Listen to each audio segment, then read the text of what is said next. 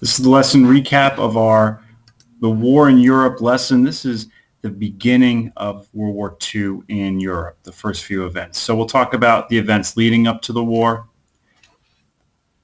We'll describe major events in the early part of the war in Europe, and we'll identify how the German invasion of Poland led to war with Great Britain and France. Who are the Axis powers? What were the names of their leaders? We've studied Adolf Hitler of Germany. We've studied Benito Mussolini of Italy, and also Hideki Tojo of Japan. Those are your three major Axis leaders. Setting the scene, Japan invades Manchuria. My favorite John Green of Crash Course argues that could really be the beginning of World War II. That's 1931.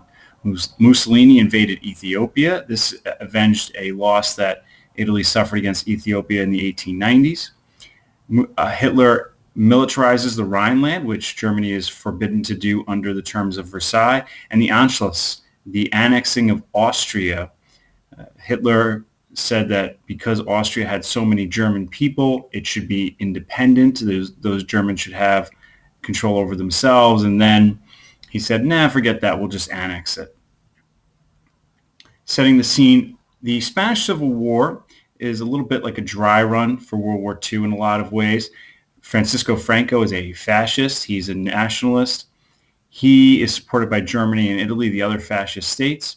The Republicans, who want to have a republic, are backed by the USSR. The US, Great Britain, and France stay out of it, even though they want the Republicans to win, but they are being isolationists. They're distracted by the Great Depression. During this war, Germany tries out some tactics in Guernica, Spain. They bomb the city and then shoot the remaining survivors from the air. Awful, awful strategy that they realize works and use again in World War II. Francisco Franco wins, and his dictatorship lasts until 1975.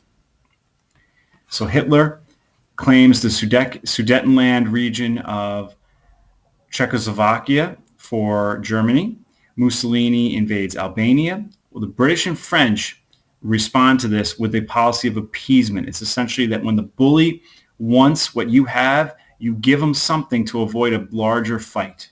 All right, granting concessions to maintain peace. There's a conference in Munich. The fact that it was in Munich tells you a little something, that Hitler had the upper hand. He literally had home field advantage. At the Munich conference, Hitler says, as long as I get what I want in Czechoslovakia, I will stop. And the British and French go along with it and feel like they have peace. Many critics, such as Winston Churchill, said, no, you're wrong. Hitler will not stop with this.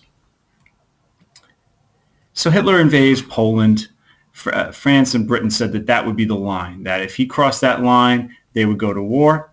Germany and Russia sign a non-aggression pact where they agree to not fight each other for 10 years, and they secretly agree to carve up Poland between the two countries. On September 1, Hitler invades Poland. 2 days later, Great Britain and France declare war. Some definitions: panzer divisions or armored divisions. Blitzkrieg is lightning war. When we talk about the invasion of Poland, we often refer to it as the Polish Blitzkrieg, taking the enemy by air and land by surprise. A Stuka is a dive-bombing warplane. The Sitzkrieg, so America, the United States was very, very isolationist at this time.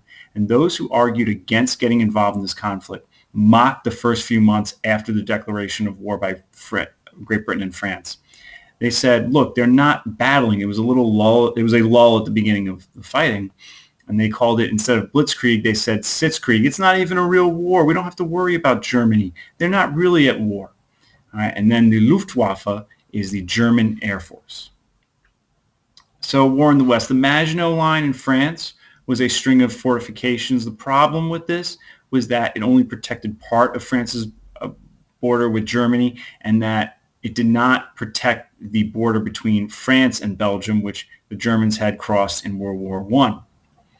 Germany attacks Denmark and Norway in April of 1940. In May, they conquer the Netherlands, Belgium, and Luxembourg, and then they set their sights on France. At Dunkirk, Germany is able to make Great British troops and French troops retreat. They are able to cross the English Channel and get away. It was a huge victory in the sense that These soldiers were not taken prisoner or killed. France falls in June. The southern part of France becomes what's called Vichy France. Vichy because it was the capital. So the northern part is German occupied. The southern part is called Vichy or Free France, although it really was just a puppet state of Germany. It collaborated with Germany. The French government is in exile in Great Britain, and there was the resistance movement called the Free French. It's documented a lot in the great movie Casablanca. The Battle of Britain, we are going to hold off on Battle of Britain and Pearl Harbor until next week. And let's just finish with a map here.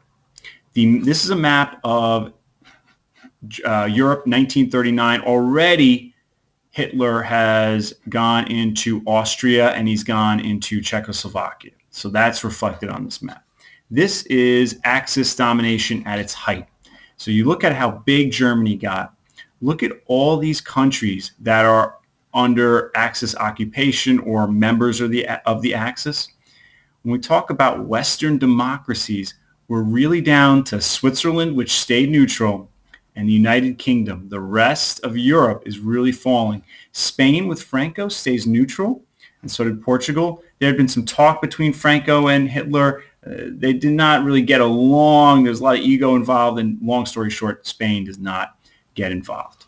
The closure question for this was, how did relations between Britain and Germany change between the Munich Conference and the invasion of Poland? What you want to know about the Munich Conference is it's about appeasement, is that it wasn't about stopping Hitler, it was about avoiding war with him. In the movie The Godfather, Clemenza has a great line that he tells Michael. He says they should have stopped Hitler at Munich.